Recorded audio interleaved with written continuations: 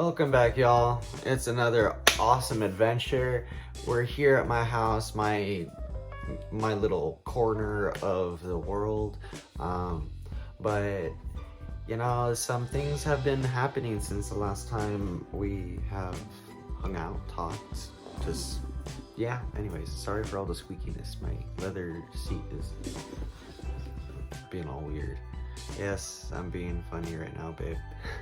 My girlfriend's just chilling over there doing her thing.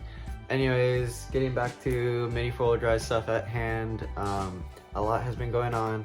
This past Friday, me and my girl happened to come across someone who was selling their Tamiya stuff.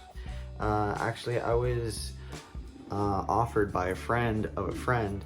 He had a guy that got him into Tamiya Mini 4-wheel drive drop out of the hobby.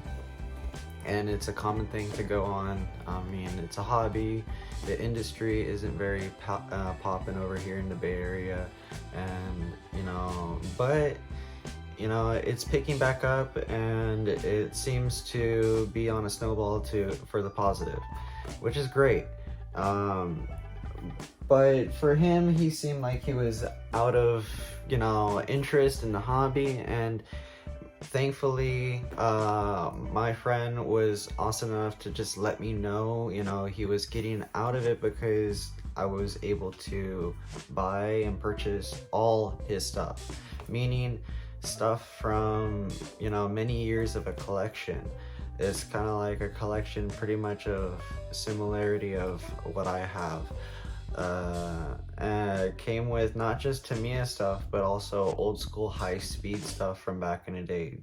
Okami, JY, which really was cool because it was a steal of a price.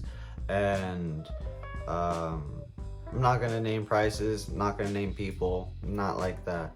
I just, sharing to you guys what I have, what I,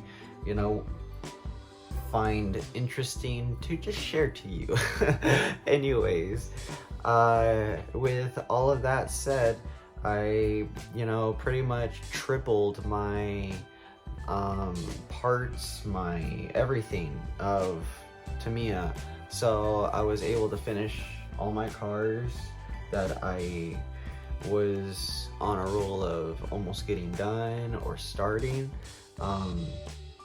And now I just have more to work with. So this is just the intro. We just starting here. I'm gonna take you through a lot of what I got, acquired from this gentleman, and we will have a nice little time. So stay tuned. We're gonna be right back. All right, so we're back. I want to show you guys basically what parts and stuff I acquired with the purchase of all of this. It was so overwhelming that I didn't post anything of what I really acquired or some of the actually really cool stuff, because there was so much cool stuff, so much unnecessary stuff, and just so much in general. As you can see, it's just like this is all plastic, like chassis pieces, bodies, random bodies, like wheels. Most of this is just wheels and tires, just stock wheels and tires. Keeping all of it in here because it's stuff that I don't really ever use. There's some Super X stuff in here that I just like. It's just spare chassis stuff that obviously can be used later down the road because, for whatever reason, obviously in racing these cars, they tend to break a lot, so it's good to have extra parts. So a whole bunch of extra chassis parts for VS, VZ, Super 2. Very few FM, Super FM parts. There is a lot of MS stuff. There's very minimal MA. But pretty much all of the chassis that I originally used, there's extra parts for. So I'd say, yay. Came with another thing of accessories. I already went through all of these extra boxes that he had. I basically took everything out that I needed and categorized it and left everything in here that I didn't need it, and it is being stored away. So it's just extra bumpers. These are the stock bumpers and some shafts and things I really don't need in my box for daily use because I have new of it and better of it. Came with an extra car, or new car, 2019 Japan Cup. Probably won't be opening this one. It's pretty unique and cool. Let's see what else. A lot of this stuff I already categorized. Like I said, I went through all my boxes and I put, you know, them in. Put away the wheels, all the wheels I wanted, all my spare rollers and grease, this and that. It came with a lot of stuff. What's cool is here's some of the old school high speed stuff it came with. Came with these wheels. This definitely not Tamiya, guys. This is old school. This is Okami high speed stuff. I don't believe they make anymore because I can't find it new. All I do is find it secondhand. And these are actually the best secondhand ones I own. The foam tires are still in brand new condition and they're not shaved. So, I mean, besides getting really good Tamiya stuff, I got really good high speed stuff too, since I'm still into that. What else? Kind of rambling on here, but when I got all his stuff, it came with the Tamiya box. It came with a Tamiya box. You know, the one I reviewed, kind of like exactly like the one I reviewed, the black and gray one. So I was able to stack them. So now it's a dual layer. It has 6 shelves, and I have plenty more room for all my cars. So when I go traveling, they're safe. And this is it right here. It's pretty tall, but does great, and I'm very stoked with these boxes.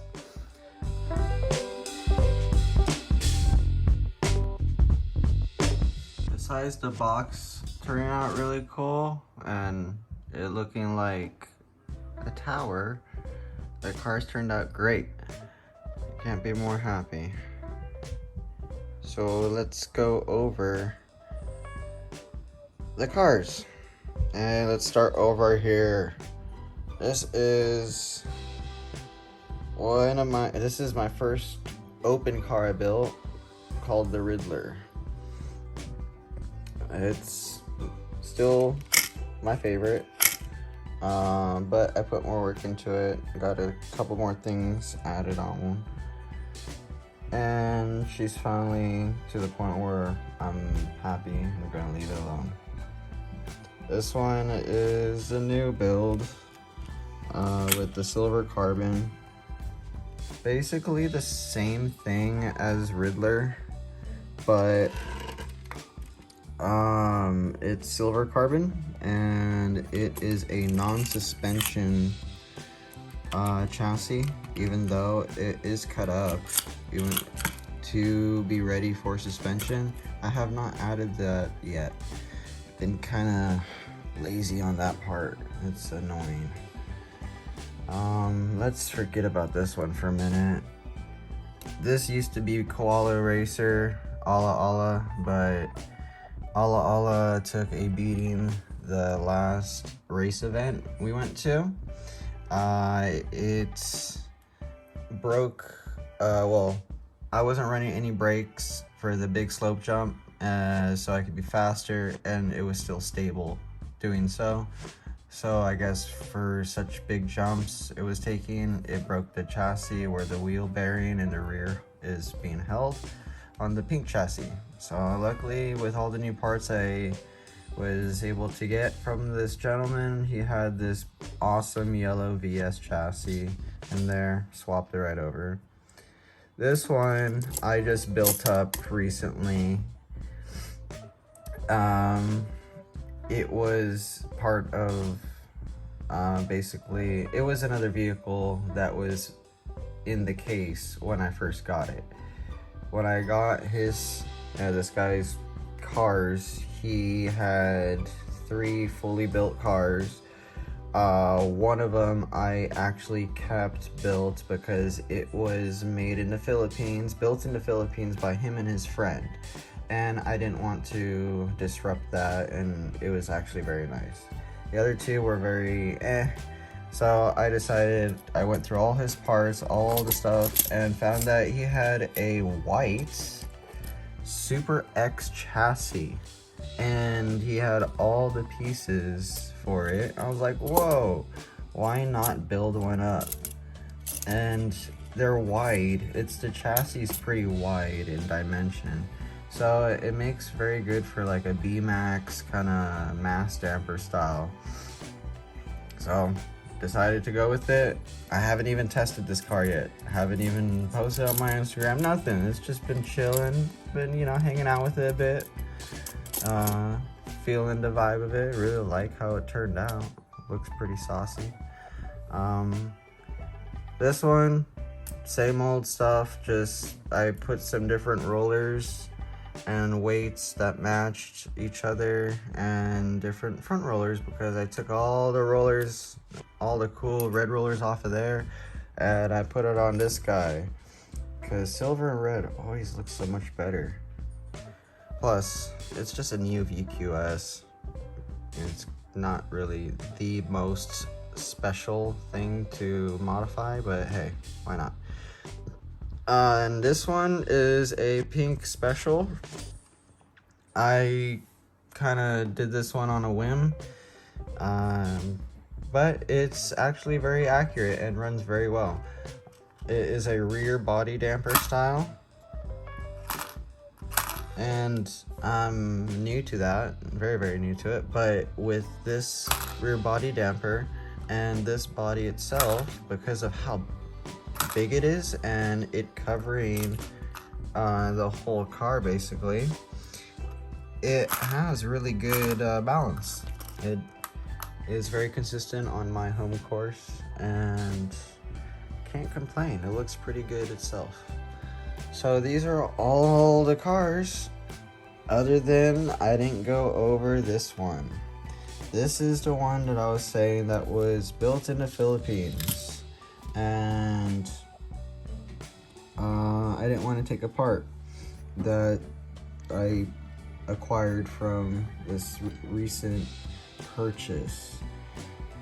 The only thing I did change, excuse my voice, the only thing I did change on it was I added stickers to the body. Had to give my own flavor. I could never buy things and leave them alone and be like, oof, I bought this, even though it's already built and modified. I've never been that kind of person. So what I did was I changed up the roller settings on the front. I put these guys up here, bearing up top. It just changed a couple things up. It is a Super FM. I put in front, let's see if you can see, I put that little motor brace up front. The body damper was already built, done very nicely, I must say, because body dampers can be a pain. But whoever did the work on this took their time.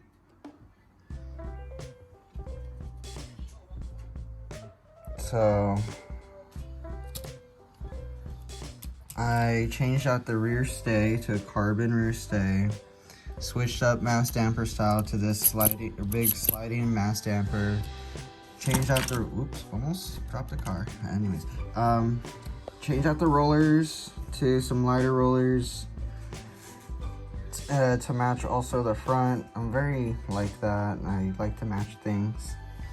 I left the wheels alone. I left I left the dampeners on the body damper alone because it seems to be working very well. I cut out this guy. So when it does get caught up on the track like so, it doesn't start to rub away on the wheels.